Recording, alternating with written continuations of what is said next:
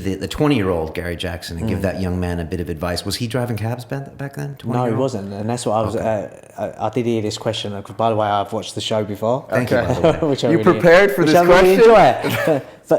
But I did prepare for this question, but I never got an answer. And I think the answer would have been. Yeah. So you better answer. No, so probably the answer would have been at 20. I probably would have said to myself, become a taxi driver then. Because at that time it was a good living, and at 20, if you could earn a taxi driver's living and go out and work nights and stuff like that, it would be great. But if I was a 20-year-old, what would I say? I don't know. I'd be silly and write a song that's already been written or something like that. I wouldn't invent the iPhone or something like that because it's a bit technical. But maybe I'd nick someone's song. On that same note, what's the best advice you've ever been given, either as a cab driver or as a startup entrepreneur? Yeah, so you do get lots of advice being a cab driver. By the way, cab driving is a great networking place. I would like to say if any cab drivers do watch this, network with your customers, because that's how you start. That's how you get to know people. That's how you come up with ideas. And I think seeing these people who are wealthy and stuff like that can give you that inspiration to maybe to go on and do something else. I'm not saying that a cab driver's not a good job, but there's always that chance of doing something else, yeah.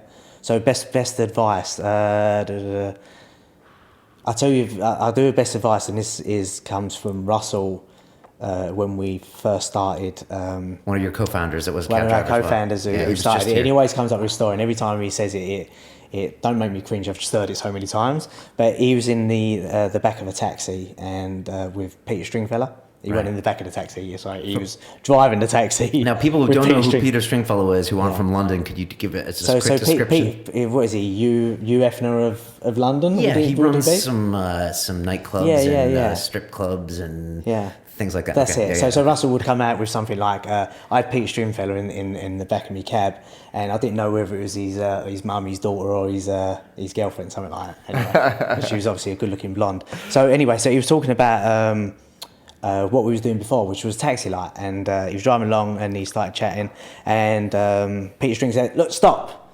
And Russell thought, "Oh, what's going on here?" He thought he was going to put me down. He said, "What are you doing?" He said, "Well, it's a taxi app." He went, "Stop there." He said, "It'll be a success." And he said, "Why is that?" He said, "Because you're doing something you know." So I'll say that because Russell always used to say it. And that's the 150th time I've heard it. It's good advice. It's good advice. Stick to something you know. Stick to something you know. Because it might look like a simple industry to people on the outside, maybe even people from Silicon Valley, but it's a very complicated business, right? Yeah, most definitely, yeah. On that final note, what's the advice you give to those people listening that want to do a startup in London?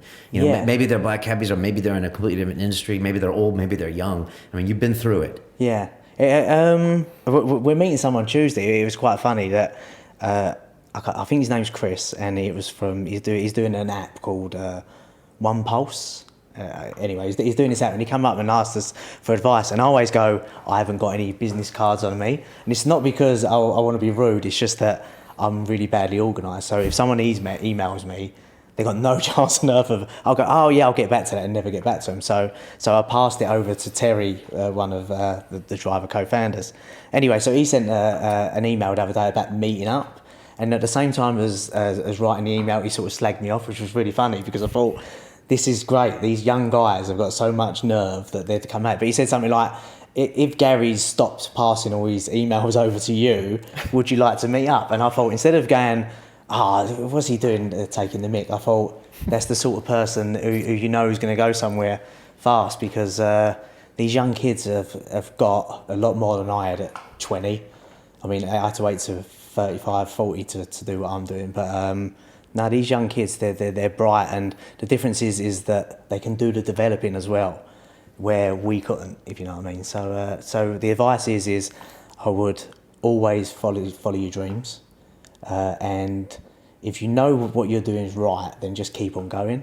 It's like some people would say, start up, fail. Do they fail? I don't think they ever fail. You can stop doing them, But if you believe in startups, then just keep going and keep going. Yeah. Let's talk about HSBC. It's an $8 billion money laundering operation for Mexican drug lords that they've been directly responsible for 60,000 decapitations in the last few years. So who's a terrorist, buddy? Who's a terrorist? Hey, I'm not on the Who's CIA. a terrorist? Who's the terrorist here? Be careful, But Max. look, They'll jump all let, over let you. me, so 39 cents to send $150 million. Now, the cheapest any bank can offer that service of all the money center banks is $200,000. So, I mean, how are you going to compete with that? You can't.